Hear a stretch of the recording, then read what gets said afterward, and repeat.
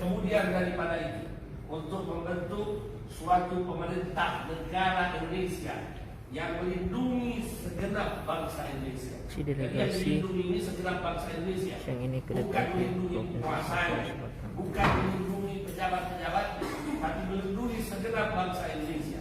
Dan kami saksikan hari-hari sekarang ini perlindungan terhadap segenap bangsa Indonesia tidak lagi kami dapatkan.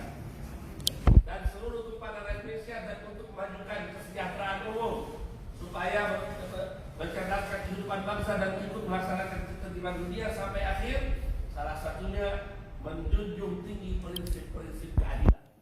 Dan itu adalah kata yang 2 kali diulangi dalam Pancasila, kemanusiaan yang adil dan beradab, keadilan sosial bagi seluruh rakyat Indonesia. Di Pancasila saja diulangi 2 kali, tapi ternyata adil ini kami saksikan sudah mulai hilang di negara kita. Dan kezaliman demi kezaliman dipertontonkan.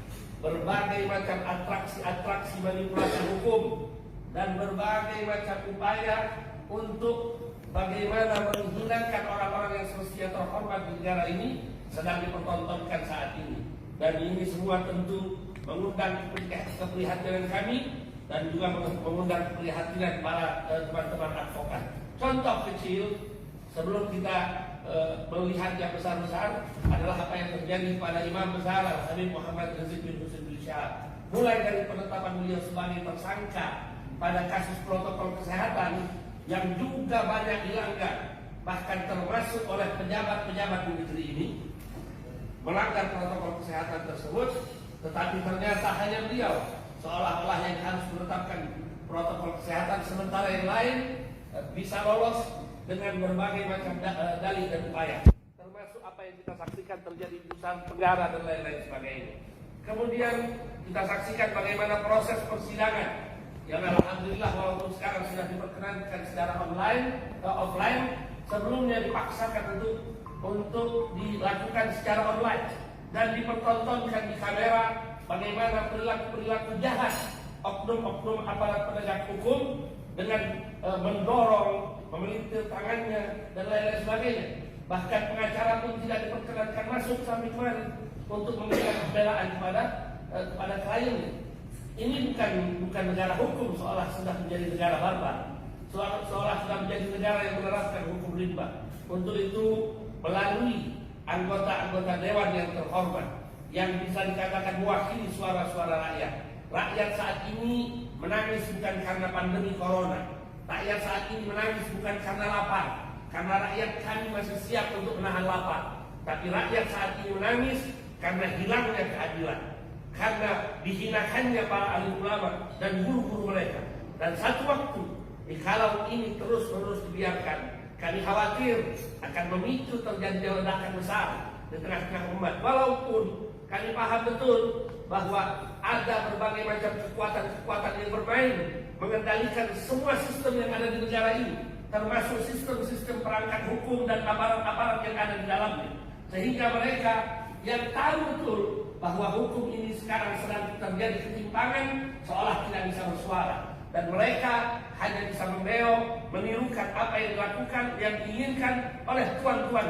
Maka itu kami berharap melalui dewan yang terhormat ini sebagai pemegang amanat rakyat, dan dikatakan dalam pepatah para ahli politik, suara Tuhan adalah suara rakyat adalah suara Tuhan.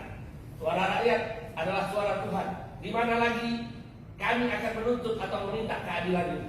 Dan di akhir pembicaraan ini, sebelum nanti mungkin dilanjutkan oleh kawan-kawan kami yang lain dari pengacara, dari asatid, saya ingin sampaikan, dan ini juga mengingatkan buat saya dan buat semua orang-orang yang terlibat sebagai penegak hukum, bahwa Allah Subhanahu wa Ta'ala tidak tidur dan tidak lupa terhadap semua perilaku kezaliman sekecil apapun.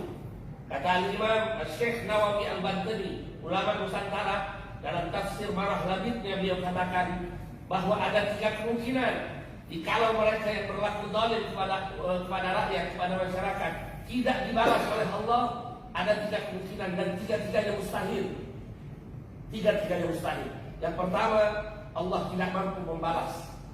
Mustahil Allah tidak mampu membalas.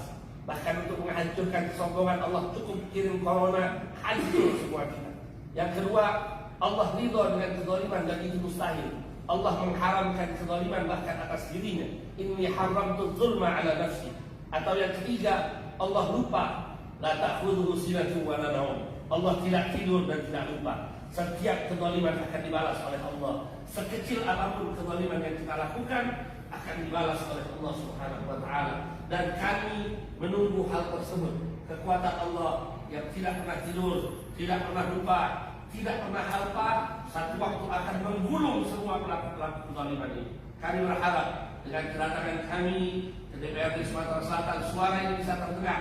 Kalau masih ada pintu celah-celah pintu hidayah masuk kepada pembesar-pembesar di negara ini untuk segera menghentikan kezalimannya. Kasihan, rakyat sudah susah, rakyat sudah lapar, rakyat sudah berbagai macam kondisi saat ini sudah dihadapi oleh rakyat.